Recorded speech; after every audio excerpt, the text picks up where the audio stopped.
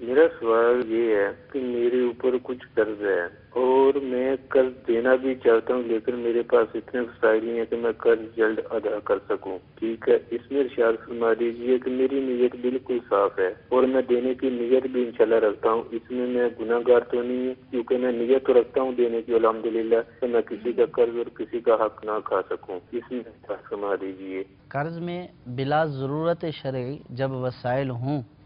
اور اس میں ٹال مٹول کرنا یہ تو ظلم ہے، ٹھیک ہے، جائز نہیں ہے، بلکہ پہلی فرصت میں جو ہے وہ قرض کی ادائیگی کا سلسلہ کیا جائے۔ صحیح۔ اور اگر وسائل نہیں ہیں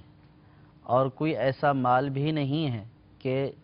جس مال سے یہ اپنا قرض ادا کر سکے، اب جو ہے وہ نیت بھی رکھتا ہے ٹھیک، کہ جب بھی اللہ تبارک و تعالیٰ ایسا سبب یا وسیلہ بنا دے گا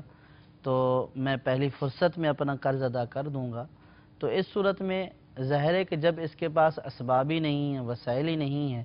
تو قرض ادا نہ کرنے کی صورت میں یہ گناہ گار نہیں ہوں گے۔ صحیح، لیکن یہ بات یاد رہے کہ بہت سارے لوگ جو ہے وہ وسائل سے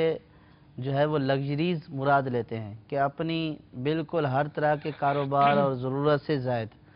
تو یہ مراد نہیں ہے، بلکہ اگر کوئی ایسا مال و اسباب ہے کہ جس کو یہ بیچ سکتا ہے تو اس کو بیچے اور پہلی فرصت میں اپنا قرض ادا کرے۔ اچھا، بہت سارے ایسے لوگ ہوتے ہیں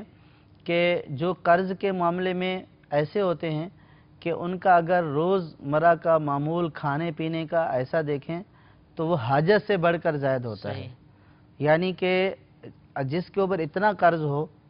وہ روزانہ گوشت، وہ ان کے بچوں کے روزانہ جو ہے وہ 500 600 کے ایک بچے کا خرچ،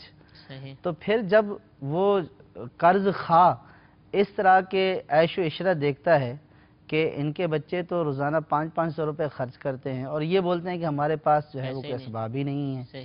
تو اس طرح بھی نہیں کرنا چاہیے۔ اگر واقعی اسباب نہیں ہیں، مال مویشی، زیورات، زمین و جائیداد، ایسی ایک تو ضرورت کا گھر ہے، اب ظاہر ہے کہ اس گھر کو بیچے گا تو روڈ پہ آ جائے گا، لیکن پھر بھی اگر کرائے پر رہنے کی طاقت رکھتا ہے تو اس کو بیچے اور قرض ادا کرے۔ اور اگر ایسی کوئی سبب وسیلہ نہیں ہے تو پھر اس صورت میں ادائیگی نہیں کر پا رہا، نیت اچھی ہے کہ ادا کر دوں گا، تو انشاءاللہ اللہ تعالیٰ کی رحمت سے امید رکھے کہ گناہ گار نہیں ہوگا۔